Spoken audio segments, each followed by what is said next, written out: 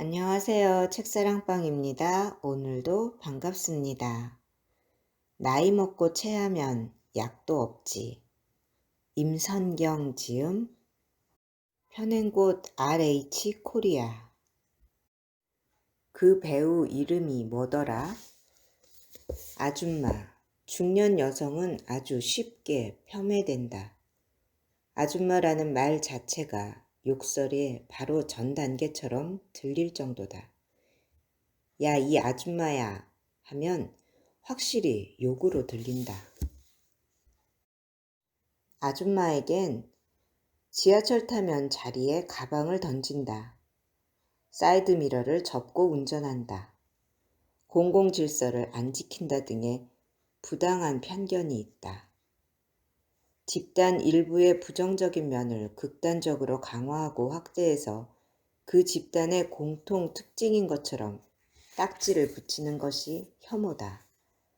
아줌마들은 어쩌고 하는 말이 들리면 나는 푸르르 한다. 그렇게 따지면 아저씨들은 어떤데?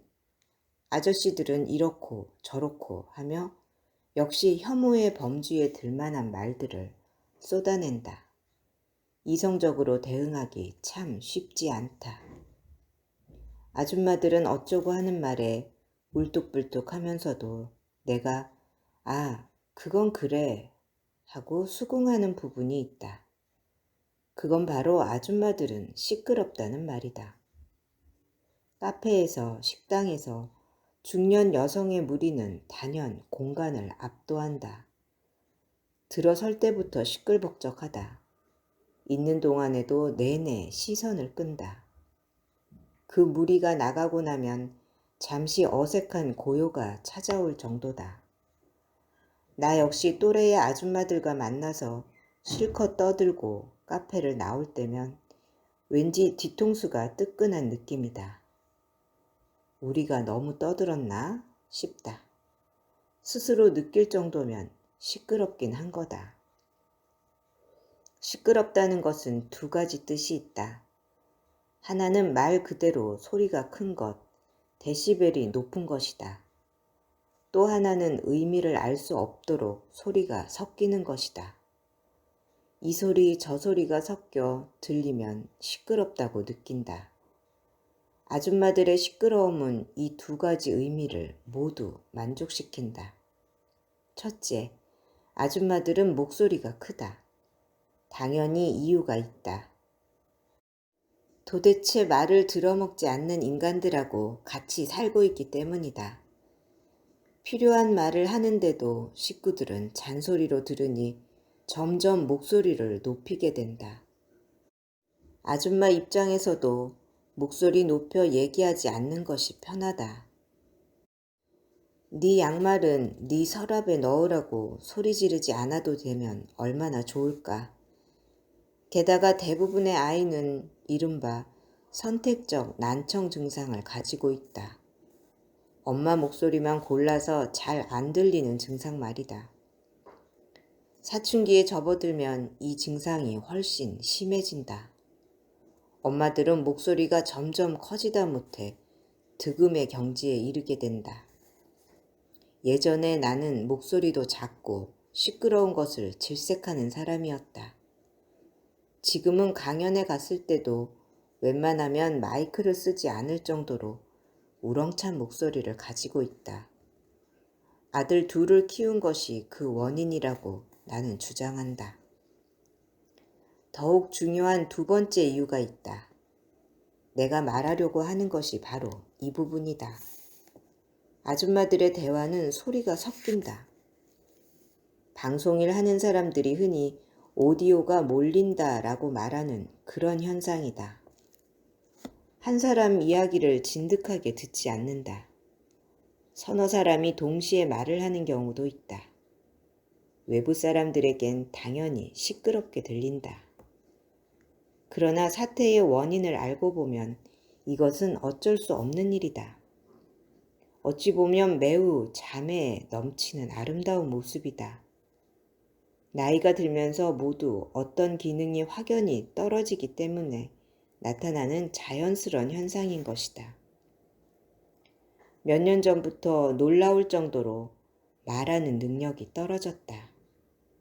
이건 정말 뇌의 언어 중추 어디에 문제가 있지 않고서야 이럴 수 없다 싶을 정도로 어휘가 생각나지 않는다.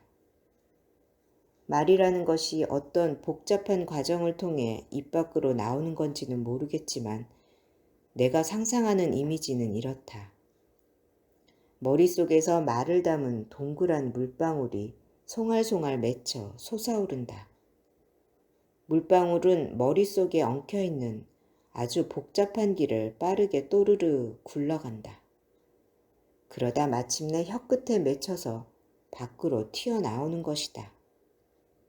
수많은 물방울들이 계속 솟는다. 송알송알 또르르 퐁. 이 과정이 리드미컬하게 이어진다.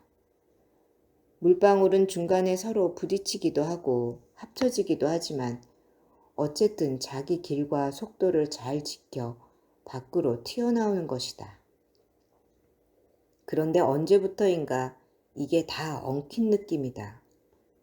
물방울이 솟기는 하는데 길을 따라 나오는 동안 사라지거나 어디서 막히거나 또는 혀끝에 계속 대기하면서 밖으로 튀어나오지를 못한다. 물방울 한 개가 아니라 한 문장을 말할 때 적어도 두세 개의 물방울이 길을 잃는다. 한마디 하려는데 그게 뭐더라? 그거 있잖아 그거 하는 대명사만이 조합된다. 말을 하는 사람도 답답하고 듣는 사람도 답답하다. 이건 나 혼자에게만 일어나는 일은 아니고 내 또래 대부분의 사람에게 일어나는 일이다. 어려운 어휘가 생각 안 나는 것도 아니다. 일상생활에 흔히 쓰는 단어도 떠오르지 않고 사람 이름이 생각 안 나는 것은 너무나 흔한 일이다. 물방울이 머릿속을 뱅뱅 돌긴 하는데 어디쯤 멈춰 있는지 알 수 없을 때 또는 혀끝에 맺힌 게 확실한데 밖으로 튀어나오지 않을 때 진짜 얼마나 답답한지. 그래서 우리는 서로 돕는다. 돕지 않으면 이야기 진행이 안 된다. 전에 우리 거기 갔었잖아. 저기가 많았잖아. 그러면 전에라는 게 대체 언제인지부터 따져봐야 한다. 저번 달인지 작년 봄인지 그러면 어디를 갔었는지를 추측하고 같이 갔던 곳이 확정되면 거기 뭐가 많았는지 여러 명이 한꺼번에 달려들어 추리해봐야 한다. 누구 이름이 생각 안 나도 야단법석이다. 그 배우 누구지? 그 왜 있잖아. 저번에 거기 나왔던 그 사람. 누구? 아니 있잖아. 그 저기랑 같이 나왔던 남자. 저기는 또 누구야? 남자야? 응, 거기서 동생으로 나왔잖아. 누구 동생으로 나왔는데? 주인공 동생이지. 왜 그 사람 있잖아. 아, 이름이 뭐더라? 문단을 거듭해서 어찌 어떤 배우를 말하는 건지 알아챈다 해도 막상 또 이름은 생각 안 나는 사태가 생기기도 한다. 답답해 죽을 지경이다. 결국 모르고 넘어가면 그날 잠자리에서까지 배우 이름 때문에 뒤척뒤척 하게 된다. 아이고 내가 배우 이름 알아서 뭐하냐. 그거 뭐 국가고시에 나오는 것도 아닌데 생각해도 그래도 자꾸만 그 배우 얼굴이 눈앞에 아른거리니 아닌 밤중에 홍두깨로 친정 언니에게 전화하게 된다.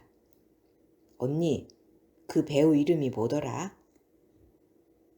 아무튼 사정이 이렇다 보니 아줌마들의 대화는 한 사람이 이야기하고 다른 사람은 조용히 듣는 식으로 진행되지는 않는다. 모두가 그 대화에 한꺼번에 참여해야 한다. 말을 거들어주는 조력자가 없으면 이야기 자체를 할 수가 없다. 모두가 적극적으로 머릿속의 물방울들을 떠올리고 물방울을 건네주고 받고 해야 한다.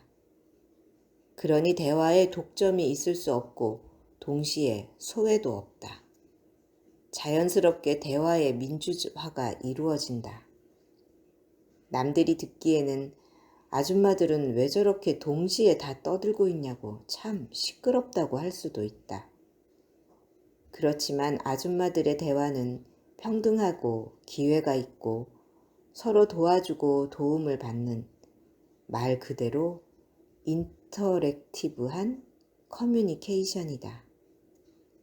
아줌마의 수다는 그래서 즐겁다.